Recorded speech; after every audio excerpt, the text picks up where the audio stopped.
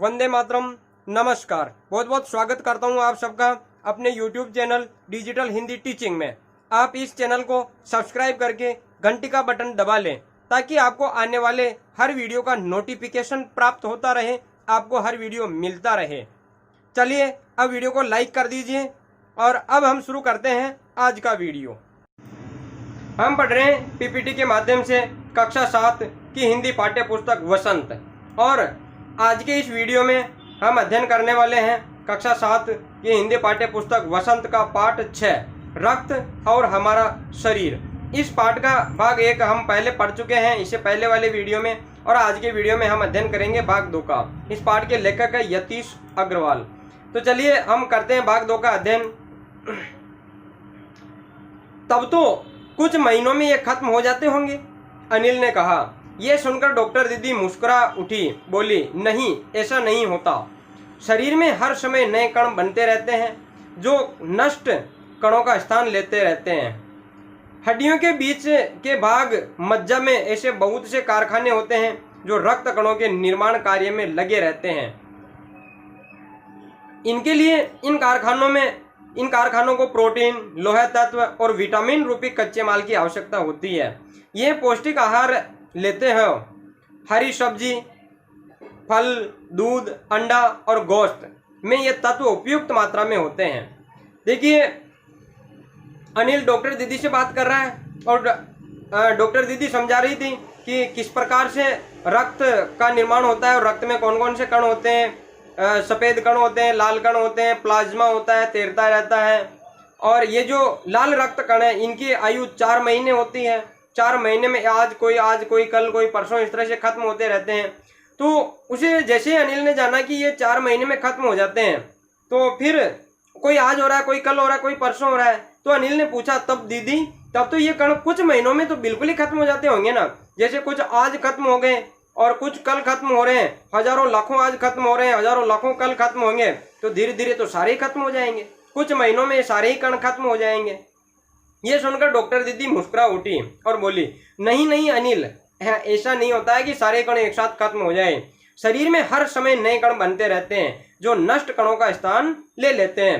हर समय, हर पल, बिल्कुल हर क्षण नए हजारों लाखों कण बनते रहते हैं। जो नए कण बने हैं वे कण नष्ट हुए कणों का स्थान ले लेते हैं। जो कण नष्ट हो जाते हैं, लाल रक्त कण, उनकी जगह नए कण बन जाते हैं तुरंत ही।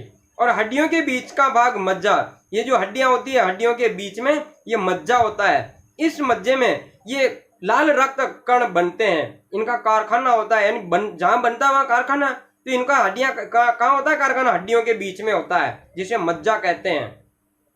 तो मज्जा में इन रक्त कणों का निर्माण होता रहता है और ये जो मज्जा है ये इसी कार्य में लगा रहता है। क्या? लाल रक्त कण बनाने में, रक्त के कणों के निर्माण कार्य में लगे रहते हैं मज्जा। ये कारखाने हैं किसके? लाल रक्त कण बनाने के। इनके लिए इन कारखानों को प्रोटीन, ये जो कारखाना है मज्जा है, इस मज्जा को लाल रक्त कण बनाना है तो उसके लिए कुछ तो चीज की आवश्यकता पड़ेगी ना, कच्चे माल की। तो इन मज्जा को क्या चाहिए? प्रोटीन चाहिए, लोह तत्व चाहिए और विटामिन रूपी कच्चे माल की जरूरत होती है। ये जो मज्जा है लाल रक्त कण बनाएगा तो उसके लिए कच्चा माल चाहिए।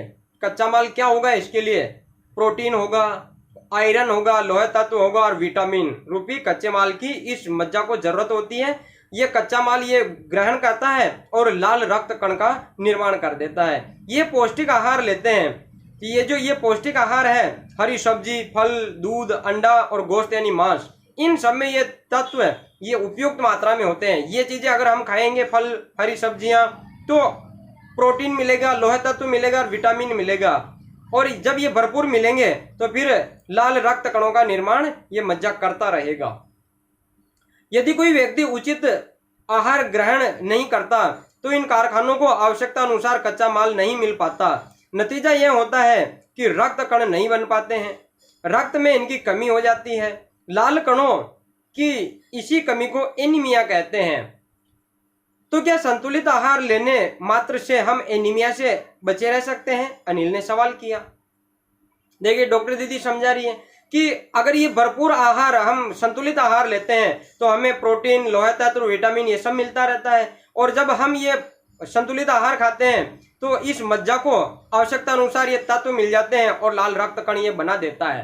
और अगर कोई व्यक्ति इस तरह का पिज्जा, बर्गर, कचौरी, समोसा इस तरह की मात्रा में ज्यादा खाता है, ये चीजें, तली हुई चीजें, पिज्जा, बर्गर, कचौरी, समोसा, तली हुई चीजें, नमकीन वगैरह, ये सब ज्यादा खाता है, तो फिर उसे ये प्रोटीन, लोह तत्व और विटामिन मिल ही नहीं पाता है। आवश्यकता अनुसार इस कारखाने को ये तत्व नहीं मिल पाते हैं ऐसे खानों से। तो फिर कच्चा माल नहीं मिलेगा तो होगा क्या, उसका नतीजा क्या होगा, उसका परिणाम क्या होगा, लाल रक्त कण नहीं बन पाते। भाई ये बनाए कहाँ से? जिन चीजों की आवश्यकता है वो तो हम इसे दे नहीं रहे। हम तो क्या खा रहे हैं, पिज्जा, बर्गर खा रहे हैं।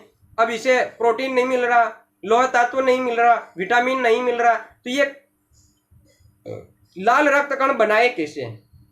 तो फिर होगा क्या, इन लाल रक्त कण नहीं बनने से इनकी कमी हो जाती है शरीर में। लाल रक्त कण कम हो गए क्योंकि कच्चा माल नहीं मिल रहा, तो बन ही नहीं रहे, नहीं बन रहे, तो धीरे धीरे खून की कमी हो जाती है। इन लाल रक्त कणों की कमी हो जाती है और लाल रक्त कणों की इसी कमी को एनीमिया कहते हैं।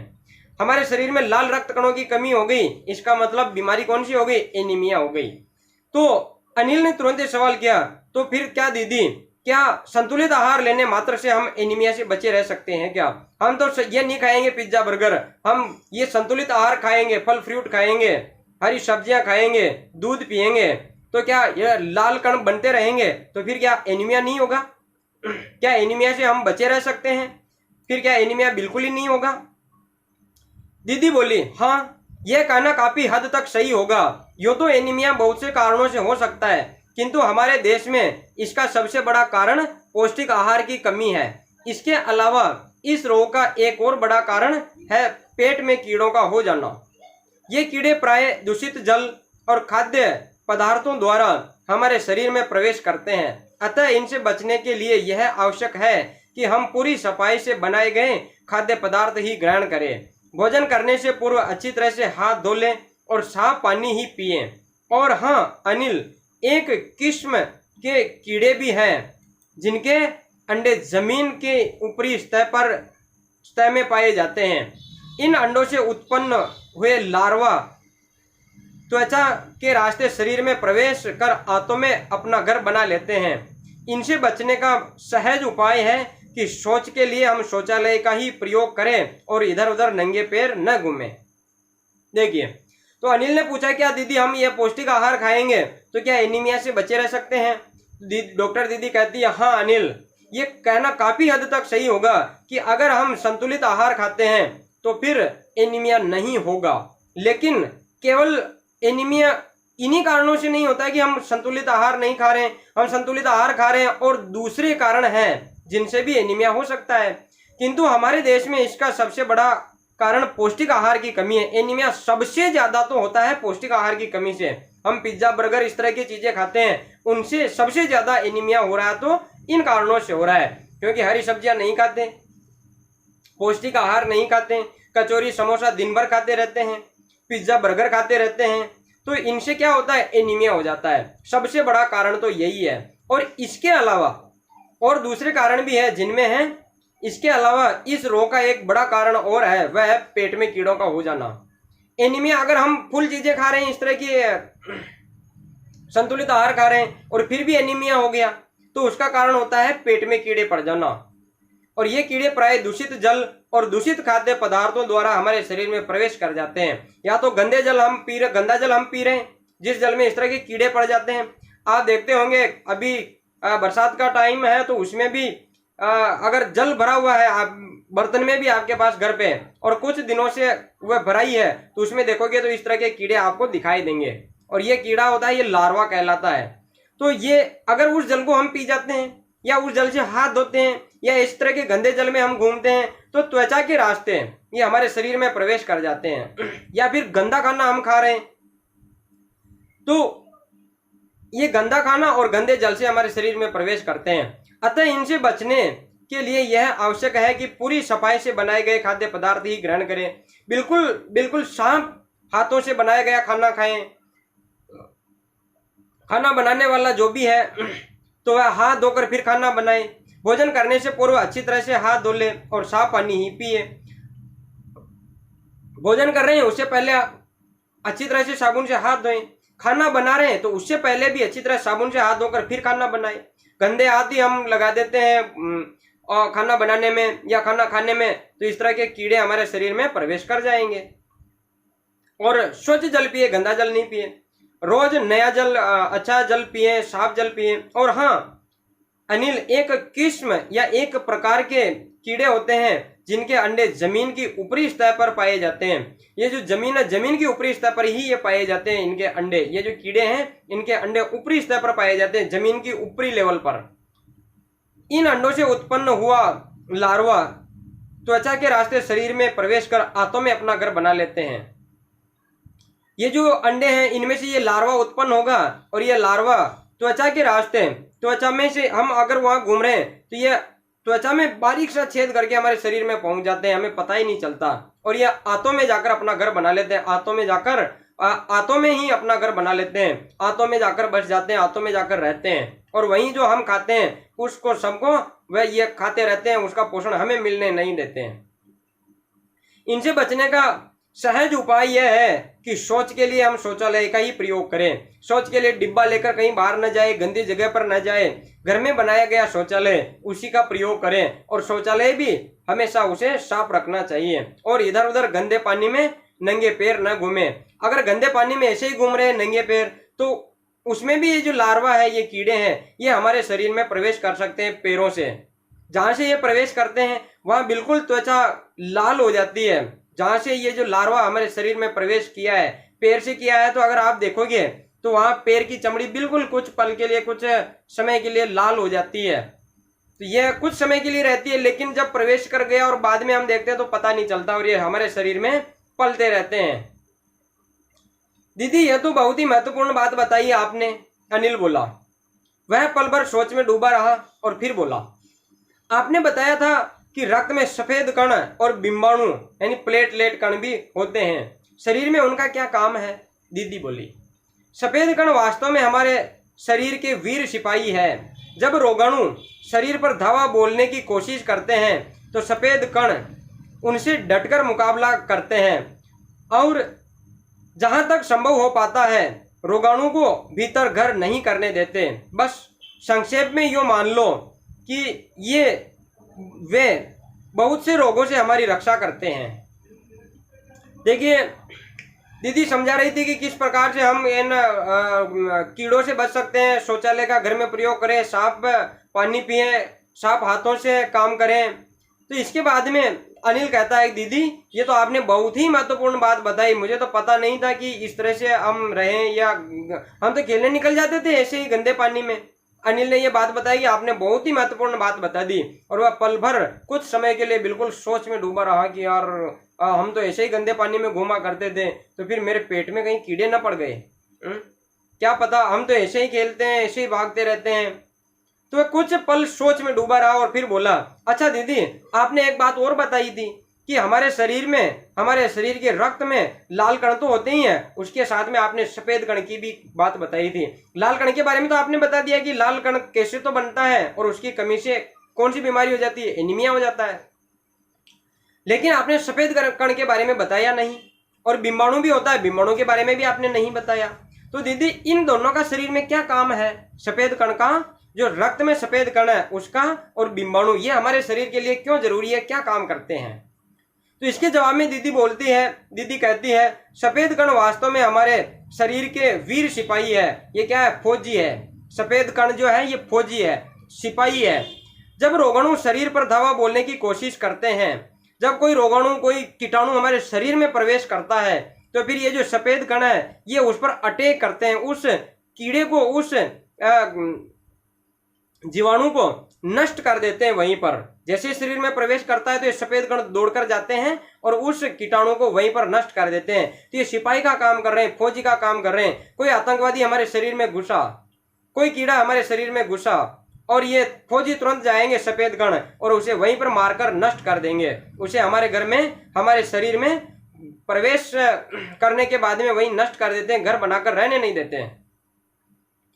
जब रोगाणु हमारे शरीर पर धावा बोलने की कोशिश करते हैं तो ये सफेद कण डटकर उसका मुकाबला करते हैं और जहां तक संभव हो पाता है रोगाणु को शरीर के भीतर घर करने नहीं देते, नष्ट कर देते वहीं पर जहां तक संभव हो पाता है। अगर शरीर में सफेद कणों की कमी है तो फिर वह रोगाणु, वह जीवाणु हमारे शरीर में घर कर लेता है, हमारे शरीर में पलता रहता है। और अगर हमारे शरीर रक्त में सफेद कणों की कमी नहीं है, फुल सफेद कण है, तो फिर ये सफेद कण उस रोगाणु को वहीं पर नष्ट कर देते हैं, मार देते हैं। बस संक्षेप में यो मान लो, केवल अनिल इतनी सी बात समझ लो कि ये जो सफेद कण है ये बहुत सी बीमारियों से हमारे शरीर की सुरक्षा करते हैं, रक्षा करते हैं।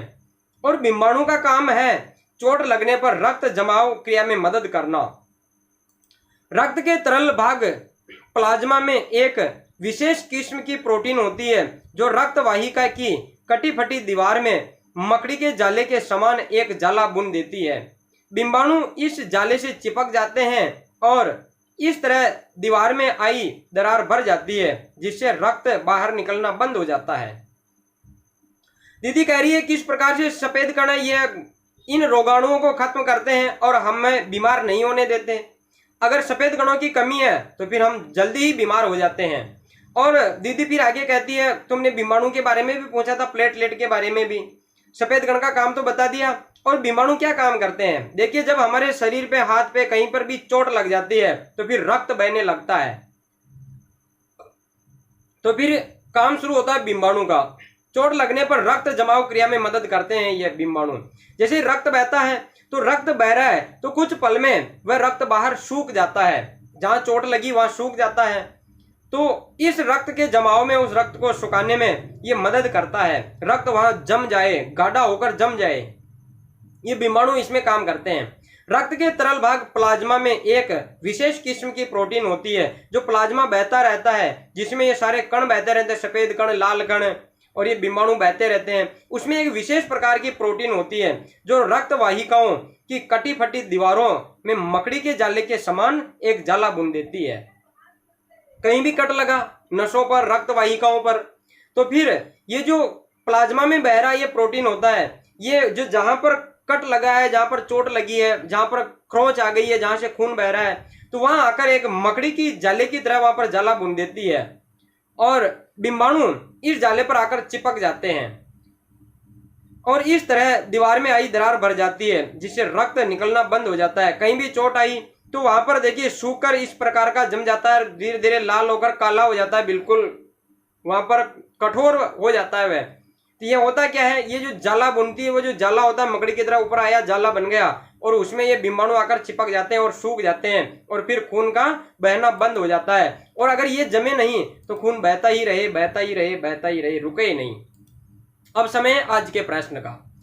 रक्त कणों के निर्माण की प्रक्रिया को समझाइए। रक्त कणों का निर्माण किस प्रकार से होता है, कौन कौन सी चीजें खाने से क्या क्या मिलता है और उनसे फिर रक्त कणों का निर्माण कहाँ होता है, हड्डी के कौन से भाग में होता है, वह प्रक्रिया पूरी समझानी है आपको, अपनी अभ्यास पुस्तिका में लिखनी है। बिंबाणु या प्लेटलेट का शरीर में क्या उपयोग है, इसका क्या काम आते हैं हमारे शरीर में बिंबाणु, इसका भी उत्तर आपको अपनी अभ्यास पुस्तिका में लिखना है। धन्यवाद।